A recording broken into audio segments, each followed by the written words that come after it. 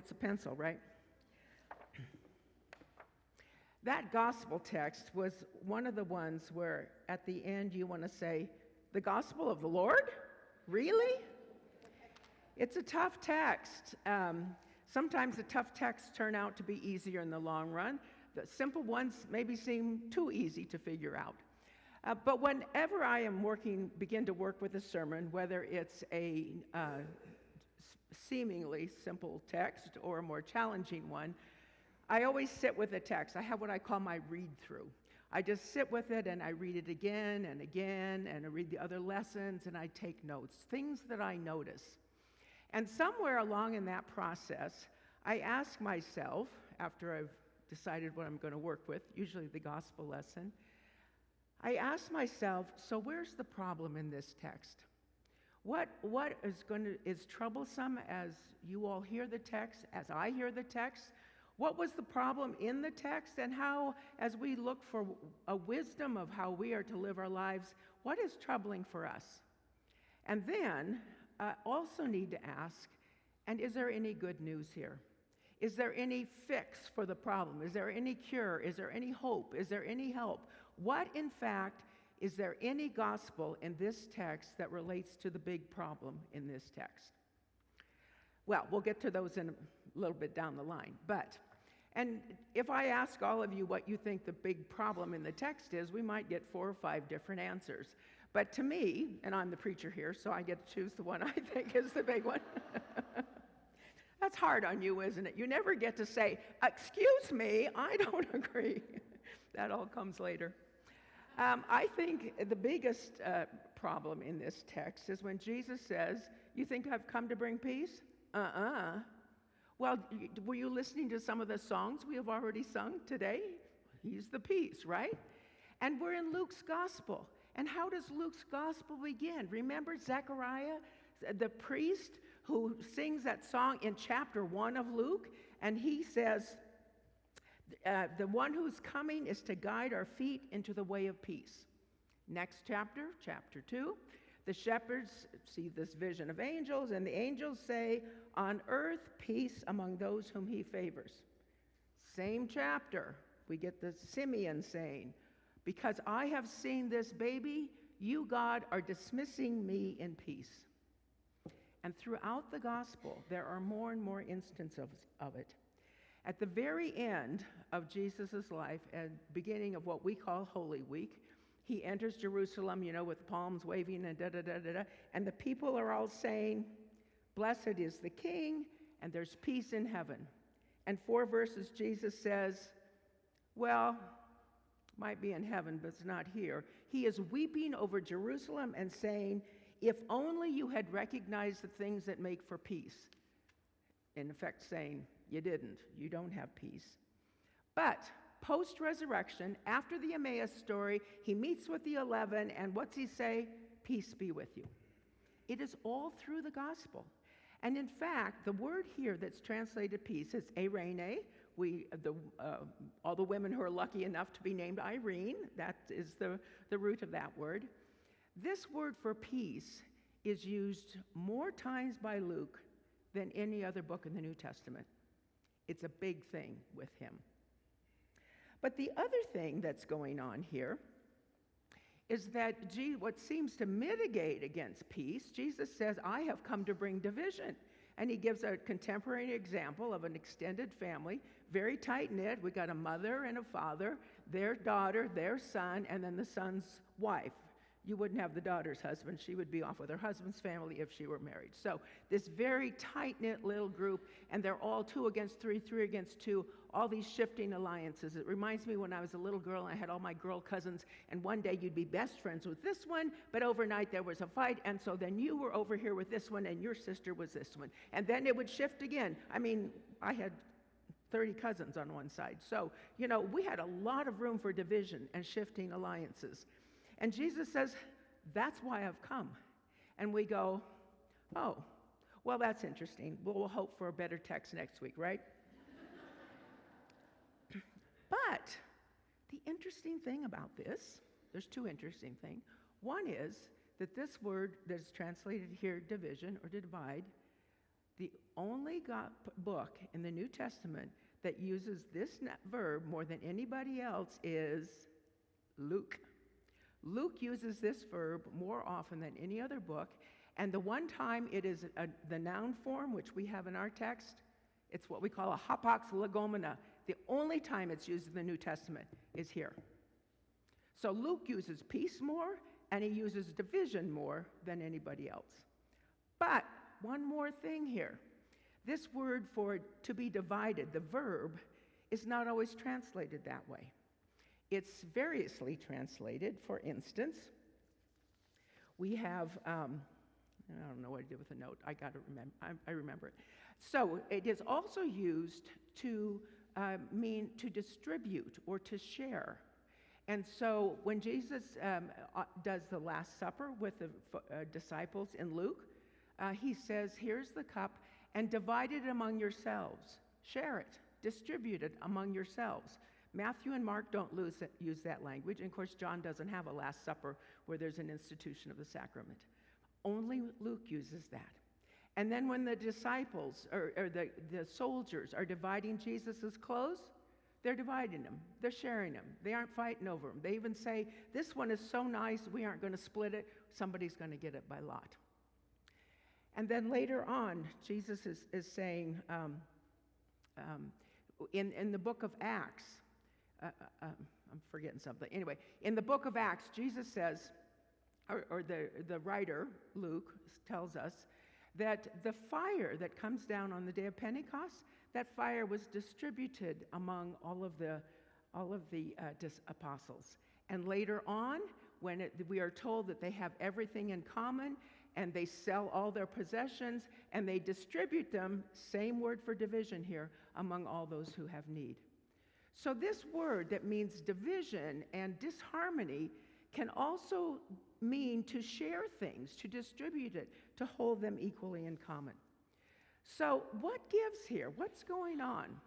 Well, I think that we will need to understand this, that the peace and the division that Jesus talks about are not really opposites, but they are integral parts of something else that's going on. Let me tell you about, this is Exhibit A, I guess. It's really only the exhibit I have. I recently read a book.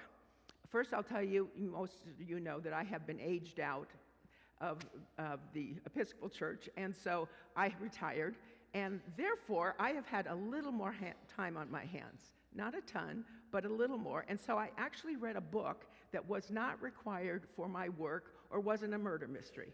Murder mysteries are therapy for me because good detective fiction always gets the person in the end, right? So it's so satisfying.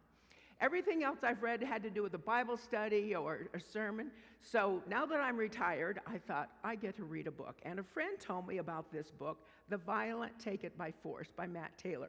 I'll tell you about it, but if you want to look at it afterwards, you can do that. It's a story of a group of Christians in our country, but also globally. They're known as the New Apostolic Reformation. I had never heard of this movement. They are independent Pentecostals. Independent means they aren't in denominations.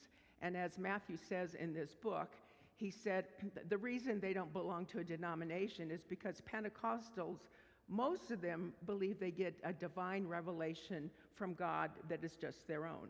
And there's no arguing with it. It's theirs. So they don't do very well in a denomination that has bishops and vestries and all kinds of levels of authority. No.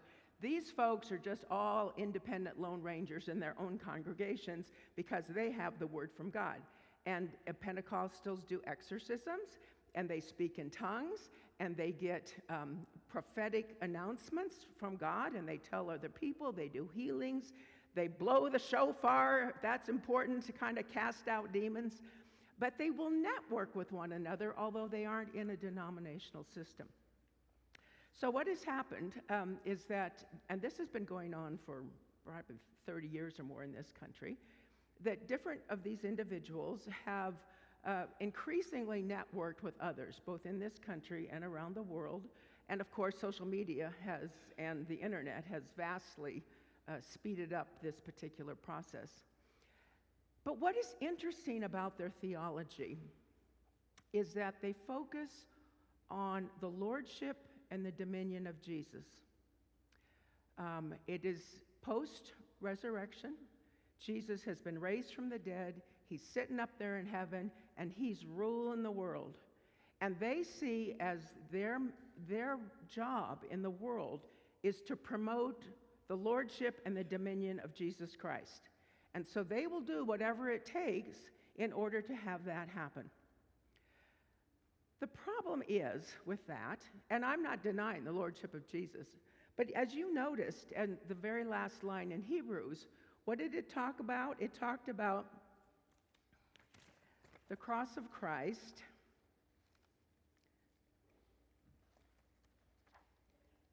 He endured the cross, disregarding its shame, and has taken his seat at the right hand of the throne of God. We don't forget the cross. And the problem with this particular tradition, and as I read the book, I don't remember a single time when the author mentioned that this group ever talks about the cross of Christ. I was reminded last night, I was at a party at someone's house, and they were wanting to know the difference between all of the Protestant denominations. This guy was LDS, and I kind of thought, I've had a glass of wine. I do not want to talk about all the divisions in the Protestant church. I just, whatever. But as you know, we do Holy Week. So do Lutherans, so do Catholics, a lot of other ones. But there are churches that don't do Holy Week. There's never a Good Friday service. Whereas we bring our bedrolls and just stay for days on end, right? There are churches who skip over the cross. And these folks, the New Apostolic Reformation, skip over it. And it's all about the dominion. And because it's about the dominion, then it's going to be worldwide. So they have global networks throughout the world. That's not authentic Christianity. And Jesus is saying that in this particular text here. And that causes division. There is division between those who think that the cross remains central no matter how many years we are behind the Reformation or the resurrection. Jesus died and he was raised, and because he has been raised, we then get to live a life of resurrection, knowing that death no longer has the trump card. But we never forget it. In the same way, someone who has had a major grief in their family, you never forget your loved one. You don't just say, oh, well, that's in the past, I don't think about that anymore. No. It is transformed, your grief is transformed, your life changes, you see new signs of resurrection, but you never let go of that. And so we as Christians do not forget the cross of Christ.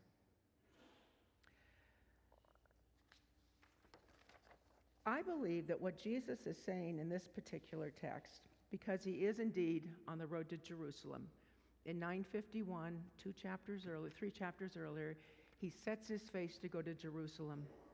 And the baptism that he's talking about in this text, he's not talking about when John the Baptist baptized him, or he's not talking about what we do on Sundays with babies or other folks. He's talking about his death that is coming. I even believe that the half verse that comes before this text, he says, to whom much is given, much will be required. And he's talking about himself. He has been given the whole kingdom coming down the pike, and his death will be required, and he's marching right into it.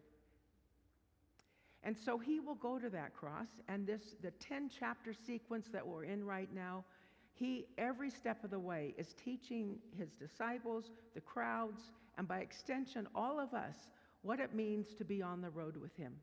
What it means when he says, take up your cross and follow me. That's never in these folks. They don't take up their cross. They blow the shofar and they do all kinds of things, but they don't talk about denying themselves.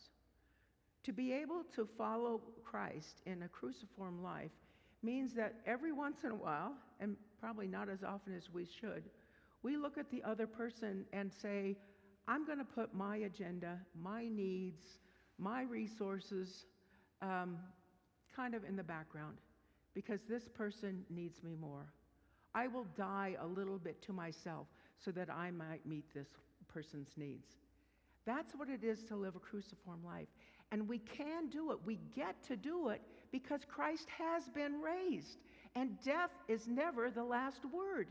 Even in all of our daily lives, it's not the last word at the end of our life, but in our daily lives, even the little deaths that we live, the little deaths that we engage in for the sake of the other, is not the end. And so we get to do it. So in this text, the gospel, I think the gospel here is in that first verse when Jesus says, I have come to bring fire to earth, and how I wish it were already kindled. Fire is it's a mixed kind of thing. I have a colleague whose church was burned by arson on Easter a couple years ago. And he said in our study group the other day, he said, I no longer read those biblical texts about fire in the same way. It is terrifying. It was a 6-alarm fire, this old church in Boston. And I too, I used to be the chaplain for the Firemen's Memorial. I don't know, they aren't meeting anymore, but they did have to have a long discussion whether they could have a lady chaplain. It took them some time to decide, but I got a big badge anyway. They always used to say, everybody who's in their right mind runs the other way from fire, but not firefighters. They run towards fire. So in a sense, Jesus did too. Jesus was running towards the fire of the baptism that was coming down the pike for him. He hurtles towards it, and then God raises him from the dead. And then 50 days later, what do we see on the heads of the apostles? Little flames of fire. That is the gospel, I think, in this text. Jesus was bringing, by means of his death and resurrection, he is ushering in a whole new age of the Holy Spirit. Not that the Spirit wasn't active before Jesus arrived. God did not have a personality change when Jesus came on the scene. But there is a new language about the Holy Spirit. And so the division that was caused, and which we see in our Christian churches, how we understand our theology, do you do Holy Week or do you don't do Holy Week? That's a significant division.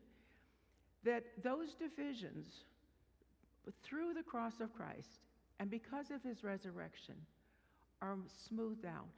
They aren't gone away with, but they are smoothed out. And the end, what we do in fact get is peace. Peace is the big thing that we get. Someone has said that peace is the whole cargo of the missionary church. That's what we extend to other people. All the while knowing that sometimes there will be divisions. But finally, the peace that we get is a peace that passes all understanding. It's not easy, it's not simplistic, and it's not without its divisions. But it is nevertheless the peace that endures, the peace that gives us life and hope, and the peace by which we live. Amen.